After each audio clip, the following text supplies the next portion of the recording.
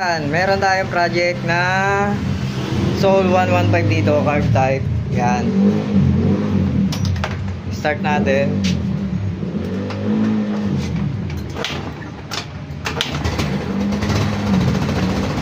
Okay siya. Maganda tunog pag naka-minor. Pero once na bigyan mo ng gas, ito ang nangyayari. Pakinggan nyo.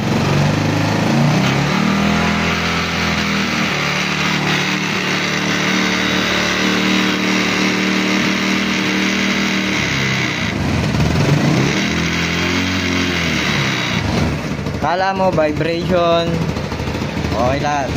Okay lahat. Select na namin yung mga dapat pinanggalingan ng vibration na ito. Pero ganun ba rin? Nagpalit na kami ng cam bearing.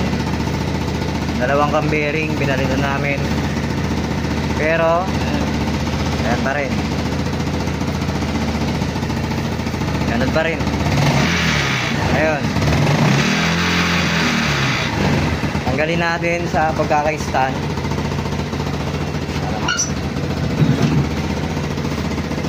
Baka vibration lang na tinanggal na namin yung belt, yung panggilid para yan nyo. Pakinggan nyo kung anong mangyayari dito sa motor na to.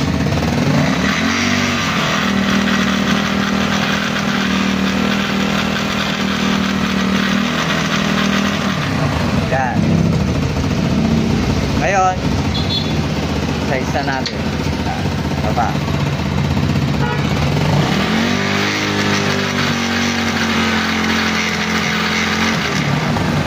Yan, wala siyang kaingay-ingay pagka naka-minor. Yan lang. Kala mo may madudurog na bearing sa loob. Kaya bababa natin to. Baklasin natin. Okay.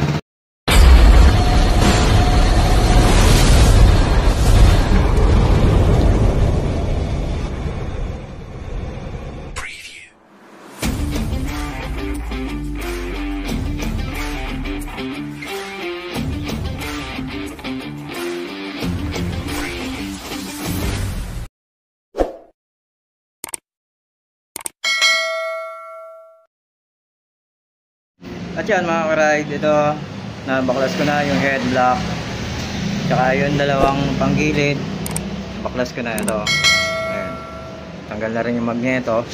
At ito yung napansin natin, may alog yung sigunyal bearing nito. Ayan o, pag ginalaw mo itong taas baba, meron siyang konting alog. Ayan o, taas baba. Kaya mangyayari ito, minor, okay siya, hindi mo mararamdaman. Pero pagka na-reach na niya yung 4,000, 5,000 RPM, doon na nagkakaroon ng vibrate. Ngayon kakalasin natin itong sigunyal mga ride. Papakita ko sa inyo yung alog ng bearing. Okay, yan, na-trace din natin. Kasi ang akala ko kahapon is yung ito, kasi mga gaspang rin yung ikot nung pero kung sinalpak ko na siya, ganun pa rin. Kaya nag-decision ako na ibaba na buo. At ito yung pansin ko, ayun. Yan, sigunyal bearing. Kalasin natin. Yan, isa pang problema is ayaw matanggal na itong axle na to. Ayan, kaya i-accessory natin para lumambot yung kalawang dito sa gitna. Ayan, dito issue ng mga Mio to, yung pinaka-axle. At yan, nabaklas na nga mga ka-ride. At ito yung problema, itong sigunyal bearing. Kung mapapansin nyo, may alog. Ayan o. Ayan, pati itong kabila meron din, dalawa. Ayan, maalog na siya. Kaya ngayon papapress out natin to, then palitan natin ng dalawang bearing sa sigunyal. Okay, okay na mga ka-ride. Yung sigunyal na-assemble ko na, pati yung piston. Assemblein na lang natin tong pangibabaw, panggilid, dito sa magneto. Ito yung mga pinalitan ko. Ayan. Yung bearing na to, yung 6305 tsaka yung SC04 na bearing. Ang kaparehas nito, special bearing kasi ito mga karay. Ang kaparehas nito, pagka wala yung makita para makamura kayo, punta kayo sa bearing center. Sabihin nyo lang 63/22/1B. Yun yung pamalit nyo dito sa special bearing na to.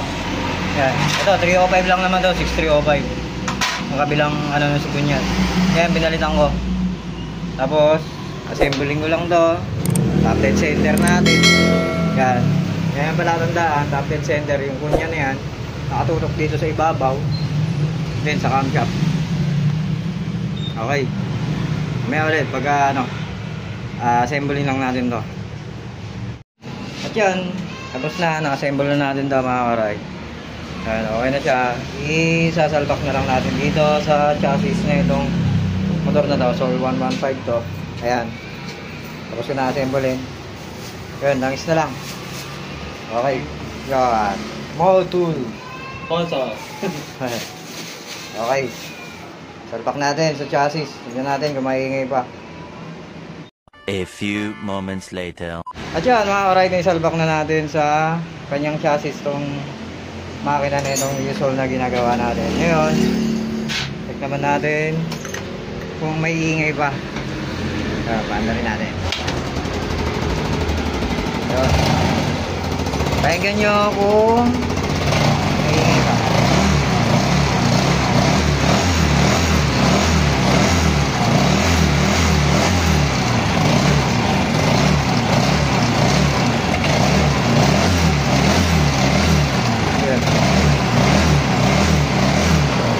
Yun. Wala na yung kalansing na naririnig natin nung unang ano na ito, problema talaga to. Yun, binalitan ko lang is yung ito, yung bearing na dalawa. Yan, crankshaft tsaka yung camshaft. Yun, yan, binalitan natin mga ka-ride. Yun, solve na to. Wala nang ingay.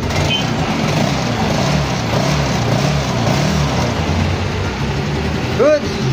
Kung ano, ganong mga ingay yung problema, yun lang, crankshaft bearing papalitan nyo. Okay, tapos na tayo rito. Assembling ko na lang doon lahat, then pakuha na natin.